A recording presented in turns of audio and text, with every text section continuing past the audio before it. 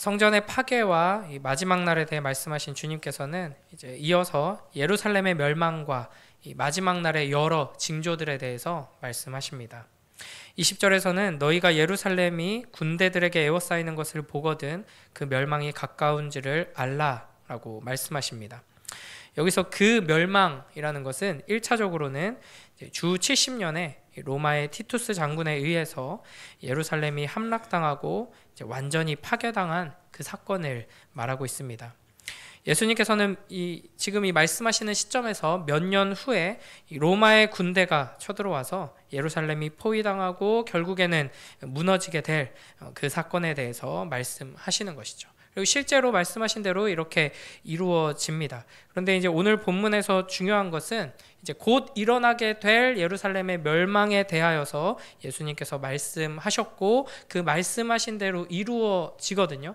그 이루어지는 것을 보고 동시에 예수님께서 말씀하신 이 세상의 종말에 대해서 하나님의 백성들이 깨닫고 준비하도록 말씀하고 계신다 하는 것을 우리가 기억해야 합니다. 21절에서는 예루살렘을 떠나 도망가라고 3번이나 반복해서 말씀하십니다. 유대에 있는 자들은 산으로, 성내에 있는 자들은 밖으로, 그리고 촌에 있는 자들은 들어가지 말라 말씀하십니다. 그러니까 예루살렘이 분명히 멸망하게 될 것이니까 여기서 이제 떠나라 하는 것이죠. 22절에서는 이 날들은 기록된 모든 것을 이루는 징벌의 날이다 말씀하십니다. 그러니까 하나님께서 이미 구약 성경을 통해서 수많은 선지자들을 보내셔서 이제 이스라엘을 심판하겠다고 예언하셨습니다.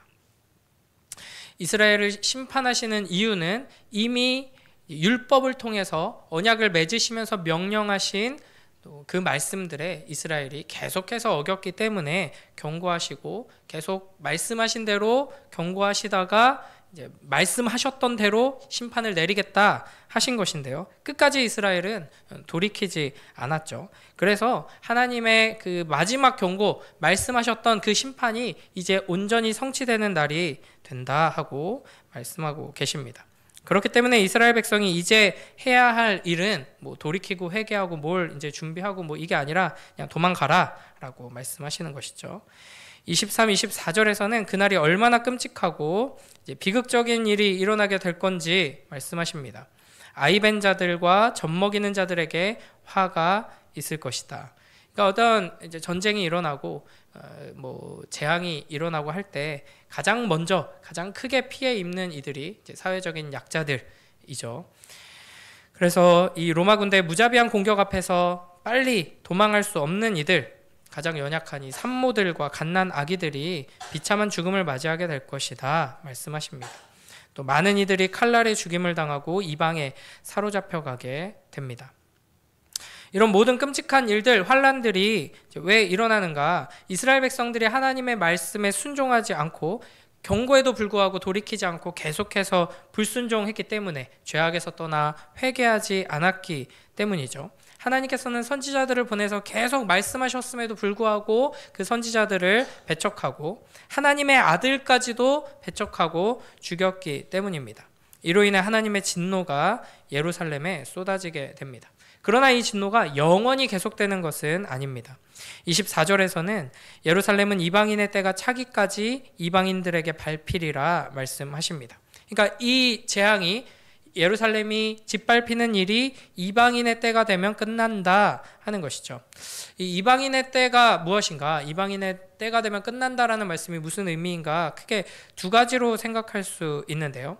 그러니까 하나님께서 바벨론과 같은 나라들을 도구로 사용하셔서 하나님의 백성들을 징계하고 심판하셨던 것처럼 지금도 이 이방인들이 이제 자기가 주도권을 잡고 이제 하나님의 이제 역사가 끝나고 이방인들의 이방신들의 역사가 시작되고 이런 게 아니죠. 하나님께서 이방인들을 도구로 사용하시는 거기 때문에 하나님께서 사용하시는 그 기한이 끝나면 이것도 끝난다 하는 말씀이기도 하고요. 무엇보다 중요한 것은 이 이방인의 때라는 표현을 통해서 이제 이방인들에게도 복음이 전해지고 이 이방인들도 하나님의 백성으로서 하나님께로 돌아오는 이 역사가 시작된다 하는 것을 말씀하고 계십니다.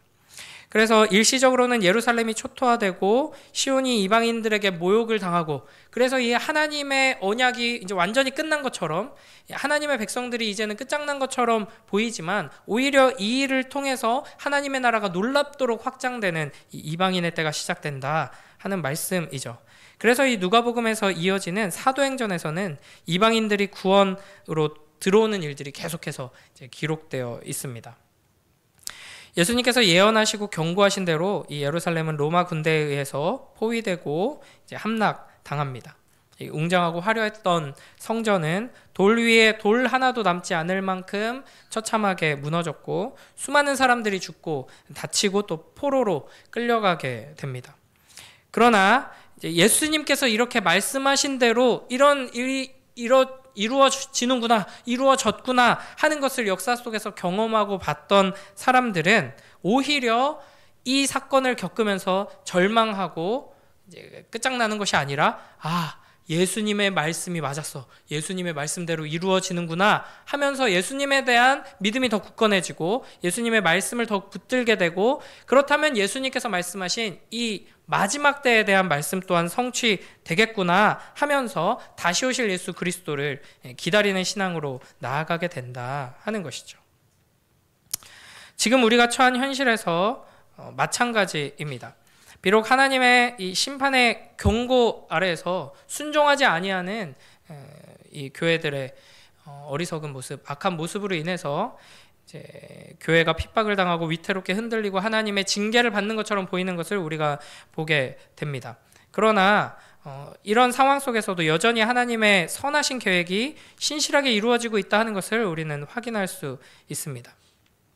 그러므로 우리는 어떻게 해야 하는가? 하나님의 진노가 내리는 이 땅에서 이제 도망해라, 탈출을 해라 하는 이 말씀에 순종해야 하는 것입니다.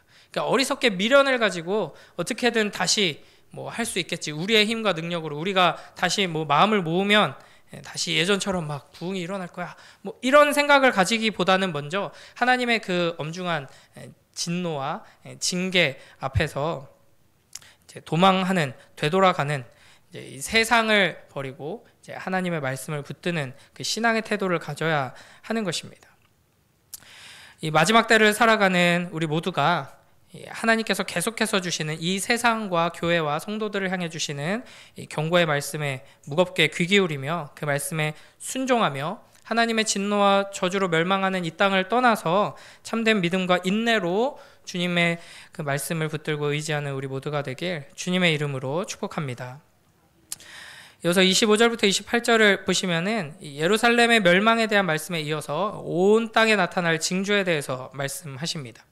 하늘의 해와 달과 별들에게서 징조가 나타날 것이고, 또 땅에서는 사납게 날뛰는 바다 물결에 놀라서 모든 민족들이 불안에 떨게 될 것입니다. 심지어는 하늘의 권능들이 흔들리는 것을 보고 세상 사람들이 이제 공포에 떨고 기절하게 될 것입니다. 25절, 26절의 이런 표현들은 이제 실제로 해와 달과 별, 자연 만물의 이상한 일들이 일어남으로써 이제 사람들이 그것을 징조로 여기게 되는 이런 걸 표현하는 거기도 한데요. 좀 더 그 문맥 안에서 의미를 살펴보면 이 해, 달, 별, 하늘의 권능들, 이런 모든 것들은 이 세상의 권세들을 의미합니다. 그러니까 굳건할 것만 같던 이 세상 권세, 이제 역사 속에서 이렇게 대단한 나라가 있을까 싶었던 세계 최고의 강대국, 거기에 최고의 지도자, 우리나라의 어떤 정치 체제, 이런 모든 것들이 영원할 것 같았는데 이제 이게 인류가 개발해낸 최고의 것이구나 이렇게 생각했지만 그것마저도 흔들리고 이제 혼란스러워지고 이제 아주 누구도 어길 수 없을 것 같았던 세계 질서들, 암묵적으로 당연히 이런 짓은 안 하지 했던 것들을 막 세계 지도자들이 막 하잖아요. 전쟁을 일으키고 침략하고 약속들 다 깨고 우리나라 안팎에서 다 그런 일들이 계속 벌어집니다. 그러니까 이 세상 나라의 권세들이 위태롭게 흔들리고 혼란에 빠지는 것을 온 세상이 보게 되는 것입니다. 이건 믿을 만한 것이 못 되는구나. 이게 우리를 지켜주고 우리의 삶을 안정적으로 보호해 줄 거라고 여겼지만 이것 또한 이렇게 쉽게 흔들리고 아무런 믿을 만한 가치가 없구나 하는 것을 알게 되는 것이죠. 그러니까 마지막 때가 되면은 이 자연 재해들이 반복될 뿐 아니라 세계 곳곳에서 전쟁과 기근과 전염병과 등등으로 인한 이 혼란이 계속 되는 것입니다. 그러니까 땅이 흔들리는 것을 넘어서 하늘까지도 흔들리는 모습을 보면서 사람들이 두려움에 빠지게 되는 것이죠. 이게 마지막 때에 일어날 일들입니다. 세상 사람들은 절망하고 더 헛된 것을 굳게 붙들면서 더 서로 내가 옳다 네가 옳다 이걸 세워야 된다 저걸 세워야 된다 이렇게 싸웁니다. 그러나 그때 우리는 역시 이 세상에는 소망이 없구나. 하늘도 땅도 다 흔들리는구나. 오직 반석이신 예수 그리스도만 붙들어야겠구나 하고 믿음으로 나아가야 하는 것이죠. 27절에서는 그때 사람들이 인자가 구름을 타고 능력과 큰 영광으로 오는 것을 보리라 말씀하십니다. 예수 그리스도께서 초림하셨을 때, 성육신 하셨을 때, 처음 오셨을 때는 작은 아기로 오셨고 소수의 사람들만 그 소식을 듣고 예수님을 영접할 수 있었습니다. 그러나 예수님께서는 곧 다시 오실 것인데 다시 오실 때에는 모두가 다 보고 알게 될 것입니다. 큰 능력과 영광과 함께 구름을 타고 오신다 말씀하시죠. 이 구름을 타고 오신다는 것은 다니엘 7장 13절에서 먼저 사용되었던 표현입니다. 제가 읽어보면 내가 또 밤 환상 중에 보니 인자 같은 이가 하늘 구름을 타고 와서 옛적부터 항상 계신 이에게 나아가 그 앞으로 인도되매 아멘. 그래서 요한계시록 1장 7절에서 이렇게 말씀하시죠. 볼지어다 그가 구름을 타고 오시리라. 각 사람의 눈이 그를 보겠고 그를 찌른 자들도 볼 것이요 땅에 있는 모든 족속이 그로 말미암아 애곡하리니 그러하리라. 아멘. 그러니까 우리 주님께서는 약속하신 대로 곧 다시 오실 것입니다. 그리고 초림 때와는 달리 재림 때는 온 세상 모든 이들이 영광 중에 다시 오시는 주님을 볼 수 있게 될 것입니다. 그러니까 과거에는 이 성경을 해석하면서 어떻게 예수님이 다시 오실 때, 재림하실 때 온 세상이 동시에 그 오시는 예수님을 볼 수 있을까? 이걸 되게 궁금해하고 어떤 비유적인 의미로 설명하려고 했는데 지금은 너무나도 당연하겠죠. 예수님께서 다시 오시면 실시간으로 전 세계 모든 사람들이 이제 볼 수 있게 될 겁니다. 예수님은 곧 다시 오시게 될 건데 그때 사람들의 반응은 딱 두 가지로 나뉘게 될 것입니다. 주님을 무시하고 조롱하고 대적하던 이들, 주님께서 우리에게 경고하시면서 나에게로 돌아오라 하시면서 땅과 하늘을 흔드셨지만 그 흔들리는 것에 두려워하고 기절할 것처럼 괴로워하면서도 결국에는 반석이신 예수 그리스도께 돌아오지 않고 헛된 것들을 계속 붙들고 이게 옳다고 서로 싸우던 이들은 다시 오시는 주님을 보고 두려움에 떨며 통곡하게 될 것입니다. 왜냐하면 예수 그리스도께서 이 모든 악인들의 죄를 심판하실 것이기 때문입니다. 그러나 매일매일의 삶 속에서 매 순간 다시 오실 주님을 기다리며 소망 안에서 준비하며 살아간 믿음의 사람들, 지금 우리가 겪고 있는 이 모든 고난과 이 땅과 하늘이 흔들리는 이 모든 일들이 하나님의 손이 부족해서 일어나는 일이 아니라 하나님께서 이미 우리에게 말씀하신 대로 행하고 계신다 하는 것을 확신하면서 다시 오신다고 하신 그 말씀을 굳게 붙들고 살아갔던 이들은 다시 오실 주님을 바라보면서 함께 얼싸안으면서 기쁨의 찬양을 올려드리고 감사와 감격의 눈물을 흘리게 될 것입니다. 그래서 이 마지막 때의 징조들이 가득한 이 시대 속에서 우리에게 주님께서 요구하시는 자세는 28절 말씀에 있습니다. 우리 28절 말씀 마지막으로 함께 읽습니다. 시작. 이런 일이 되기를 시작하거든 일어나 머리를 들라 너희 속량이 가까웠느니라 하시더라. 아멘. 일어나 머리를 들라 라고 하십니다. 인터넷에서 유명한 짤이라고 하죠. 어떤 장면이 하나 떠오르는데요. 이게 좀 나쁜 일을 한 사람에게 하는 말이긴 한데 막 이렇게 고개 푹 숙이고 자기가 나는 큰 죄인이다 이렇게 하는 사람에게 고개를 드세요. 당신 죄인 아닙니다. 이렇게 하는 짤이 있거든요. 그러니까 하나님께서 우리에게 일어나 머리를 들라. 이렇게 뭔가 다 망한 것처럼 너희 아버지가 지금 너희를 안 돕고 있는 것처럼 그게 고개 푹 숙이고 아이고 교회가 힘이 없다. 복음이 능력이 없다. 우리의 삶에 하나님의 능력이 나타나지 않는다. 이 세상이 다 망해간다.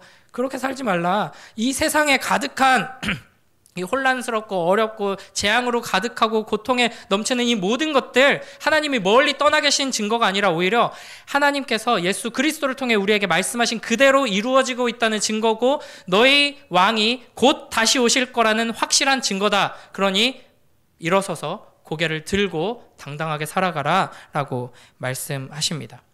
그러니까 이 믿음의 사람들에게 말씀하시는 머리를 들어라 하는 것은 다가오는 하나님의 나라를 소망하고 바라보며 믿음 위에 굳게 서서 살아가라 하는 것입니다. 오늘 말씀을 우리가 기억하며 이 마지막 때에 대한 말씀을 통하여서 이 세상에 일어나고 있는 이 모든 일들이 이상한 것이 아니고 당연한 것이다.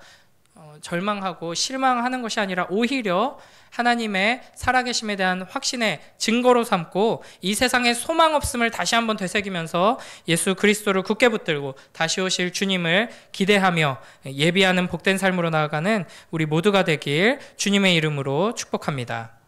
기도하겠습니다. 하나님 아버지 감사합니다.